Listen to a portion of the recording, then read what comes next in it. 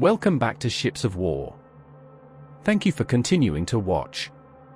Today, we're taking a closer look at one of the most famous British ships, the HMS Ark Royal.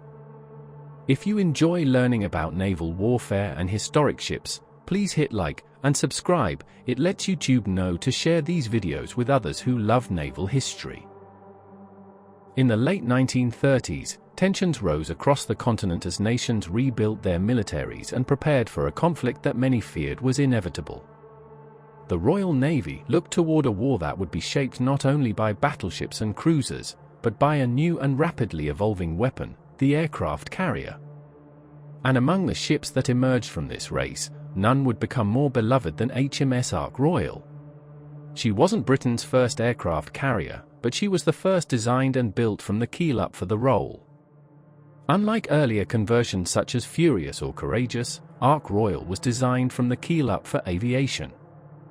The Admiralty wanted speed, striking power, and the ability to move aircraft quickly and safely, and a true centerpiece of modern naval warfare.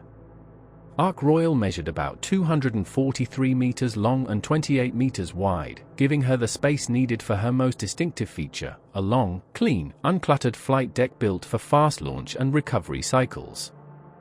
Beneath that deck sat two enclosed hangar levels, an upper and lower hangar, a forward-thinking layout that allowed her to carry far more aircraft than earlier British designs.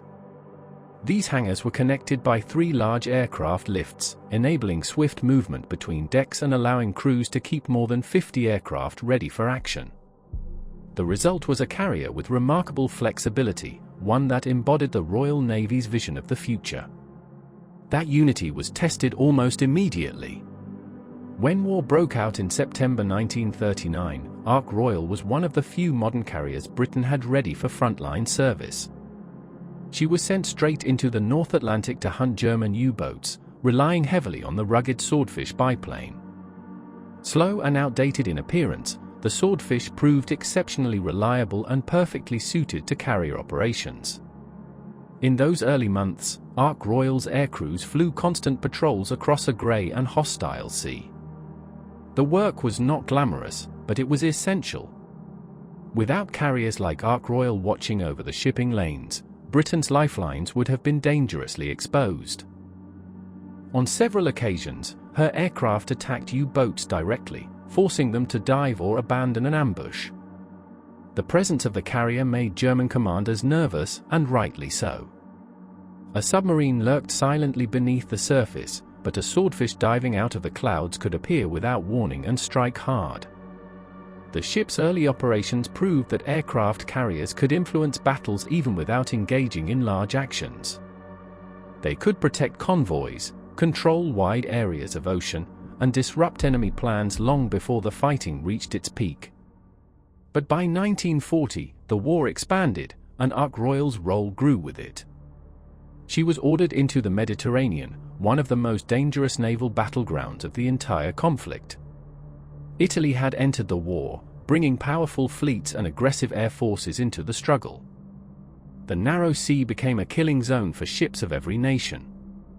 Air attacks were constant. Submarines prowled in dense numbers. Every convoy that passed through this region risked destruction. But Ark Royal entered this theater with determination. Her aircraft flew patrols to shield British ships, while her fighters scrambled again and again to defend against waves of enemy bombers.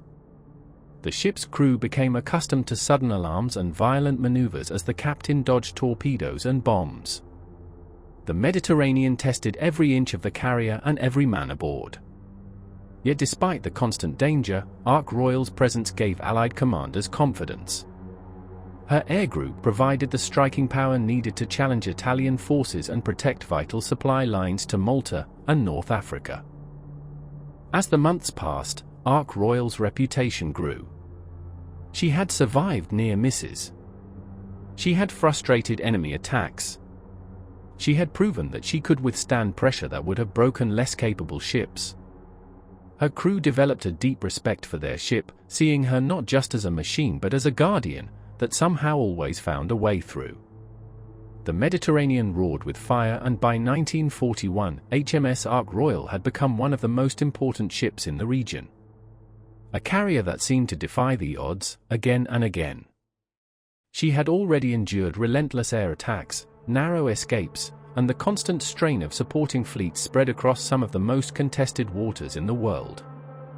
Yet the danger only grew sharper as the months passed on. Enemy bombers came in waves now. Italian and German aircraft circled the convoys like vultures, dropping torpedoes and bombs from every direction and looking for the weak.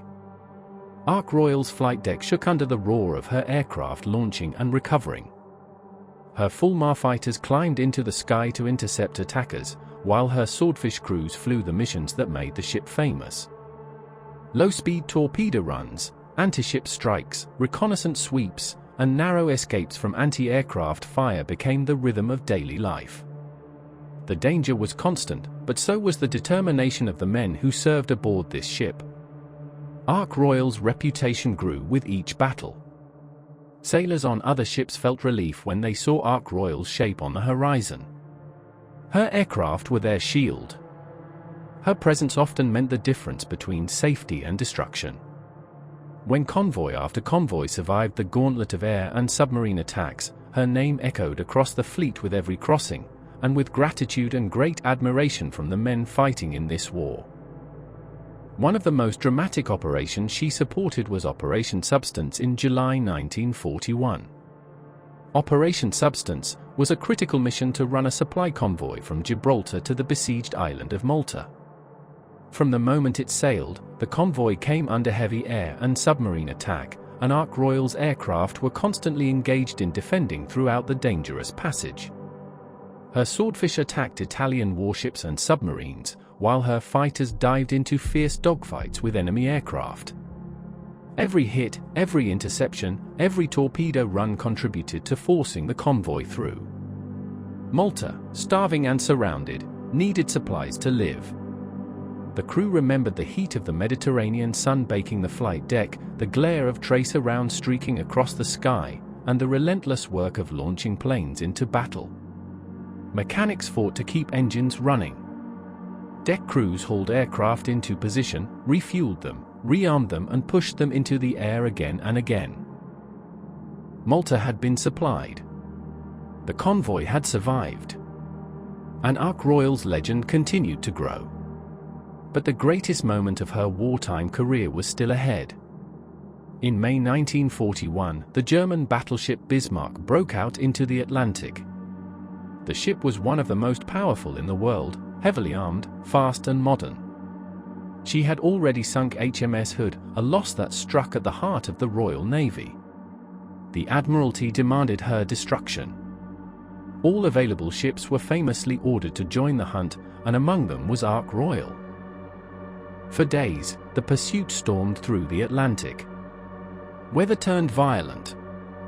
Waves towered over the decks of destroyers. Visibility dropped to almost nothing.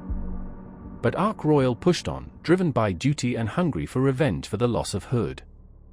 If Bismarck escaped, she could wreak havoc on convoys and British naval forces alike.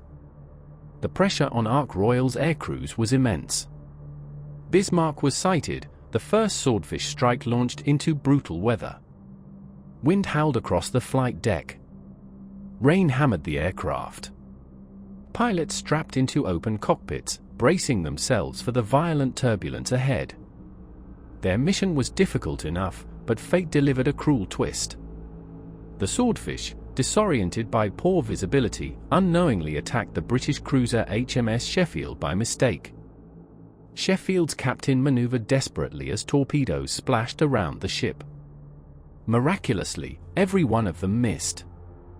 The mistake was quickly realized, and the crews returned to Ark Royal, shocked and heavy-hearted. With great luck, after the near miss, Sheffield resumed shadowing Bismarck, guiding further attacks. But there was no time to dwell on the mistake. Bismarck had been sighted again. Ark Royal prepared a second strike. This time, everything depended on the Swordfish. These biplanes, old-fashioned, slow and fragile, their fabric wings flapping in the wind, and open cockpits offering no protection, lifted from Ark Royal's deck with the roar of their engines swallowed by the crashing waves. Pilots gripped the controls tightly, knowing any mistake could mean a plunge into the churning sea below. Yet, despite the storm, despite the vulnerability of their aircraft, they pressed on, each takeoff a testament to courage, skill, and sheer nerve of each man, diving once more into the heart of danger where modernity and speed had no place. These pilots flew dangerously low, fighting howling rain and wind, searching desperately for the German giant, through curtains of mist. When Bismarck finally appeared beneath them, she was already firing her guns. Shells burst in the air around the planes. The Swordfish looked fragile, like relics from another era, but their slow speed and sturdy frames gave them very surprising resilience. Torpedoes started diving into the waves. One struck Bismarck near its stern. The hit jammed her rudder, locking the massive battleship into an uncontrollable turn. She could no longer escape.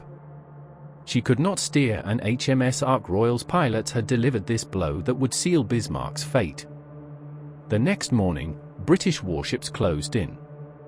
The crew of Ark Royal would never forget this mission. They had struck down one of the most feared warships in the world, and they had done it in the worst conditions imaginable. Pride ran through the ship, mixed with exhaustion and grief for the losses that had led them to this point.